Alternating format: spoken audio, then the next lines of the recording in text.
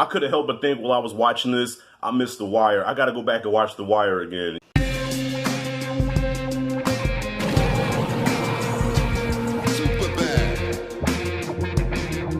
Alright, y'all. I didn't think I was going to be reviewing any more new movies this year because there's new stuff that's dropping, but I have no interest in it. You know what I mean? I don't care. I thought it was going to be throwbacks from here on out, but thanks to my man Q Reviews, that has changed. He recommended me watch Charm City Kings, and he sold me on it when he said this is a very good hood film. And right away my eyes lit up. I said, hood movie? We don't get a lot of those. I'm in. He sold me on it, he praised it, and the praise was well deserved. I enjoyed this movie. I really enjoyed this film, and this is more than a hood movie. This is a hood movie with heart. Got a big heart, because by the end, my eyes are shrunk wrapped with tears. I'm about to cry. And if you've been following my channel for a minute, you know that I'm a big sensitive motherfucker, okay? Shit makes me cry. I don't care. My daughter laughs at me because I cried The Lion King. I cried during The Five Heartbeats. I cry at Rocky 3. I don't give a damn, y'all. I'm a crier. This movie almost had me crying at the end. So this is a coming-of-age story of Mouse, 14-year-old kid named Mouse, played by, I forgot the actor's name, but he played Little Ralph Tresvant in the New Edition story. And yeah, he was in Queen and Slim also. So he's the main character, and he has these two friends, and they're into the bike culture, the motorbike culture, which is big in Baltimore. And they become affiliated with the biggest gang around there. They try to prove themselves. They get into some shit they had no business doing. And, you know, it's a story that we've seen a lot before. But nowadays, it's very rare to get something really new. You know what I'm saying? Something really unique. But it's more now about the execution, how you execute these stories. Because I've seen this story before. But the way they did it, I thought was done very well. My one complaint about the movie, because like I said, it's focused on the character of Mouse. And Mouse starts out as this nice, sweet kid. He wants to be a veterinarian, you know what I'm saying? He's a good kid, but he ends up in the street life. And he does a full Anakin Skywalker, Darth Vader turn almost immediately. You know what I'm saying? Like just one little thing, like kind of how Anakin, he just turned to the dark side because he wanted to save Padme's life. And you're thinking, damn, just that one thing got you to turn fully evil. And it's kind of the same thing here. Like something happens where all of a sudden now he's just a total asshole. Like there's a point in the movie where the character of Mouse, the main character, the protagonist, becomes an a-hole. Like he's a kid. I have to remember he's a kid, but I'm like, he needs his ass beat. And there's even a part where his mom is checking him. Now this is a gripe that I have also. His mom is checking him and she's slapping him, right? She's, roughing him up a little bit. And then she comes for that third slap, and he catches her hand.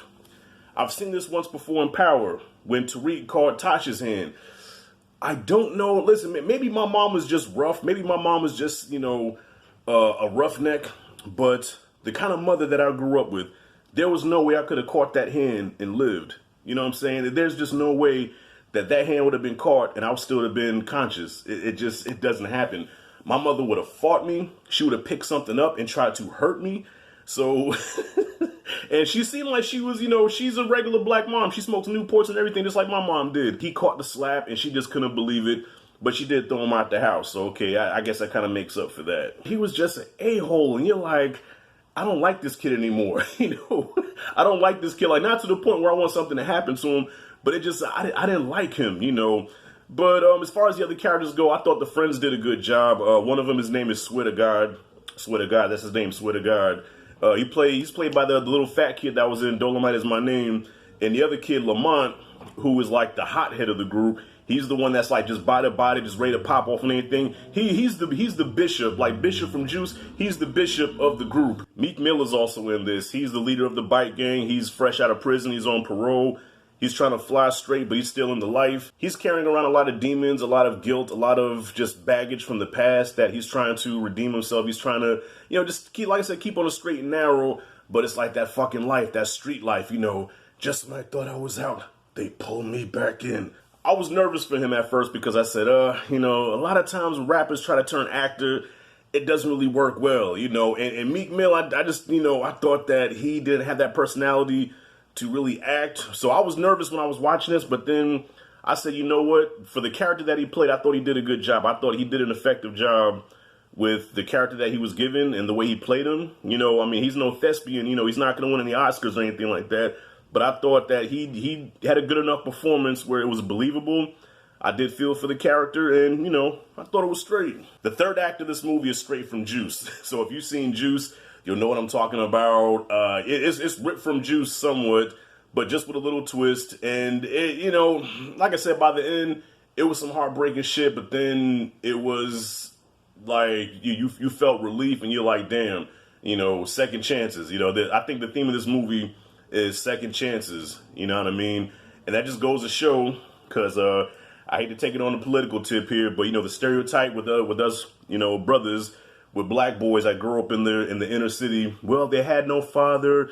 You know, it's just all kind of reasons why there's black on black crime and why black kids grow up to be criminals. And, you know, but at the end of the day, if you're surrounded by the right people, even in the worst circumstances, you may have a fighting chance. You know what I mean? And that's really the theme of this movie, you know, just being surrounded by the right people to get you back on the straight and narrow, and there can be a chance for you. You know, your whole life don't have to be categorized as one thing, being a criminal and a thug, just because you made some mistakes as a youth. There is time to turn your life around, and some people can take a lesson from that.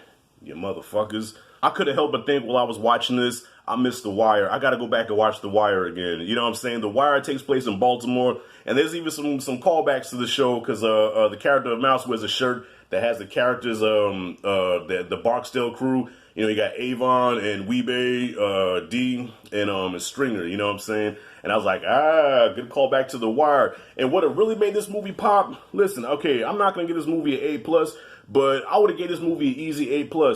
If there would have been some tie-ins to The Wire, if the Wire universe would have been tied into here, okay? If we could have seen Michael Lee or Marlo or who else survived in The Wire, but definitely Michael Lee, because remember Michael Lee, if you watch The Wire, Michael Lee became the new Omar, you know what I'm saying? If we could have got that, I'd have been like, easy fucking A+.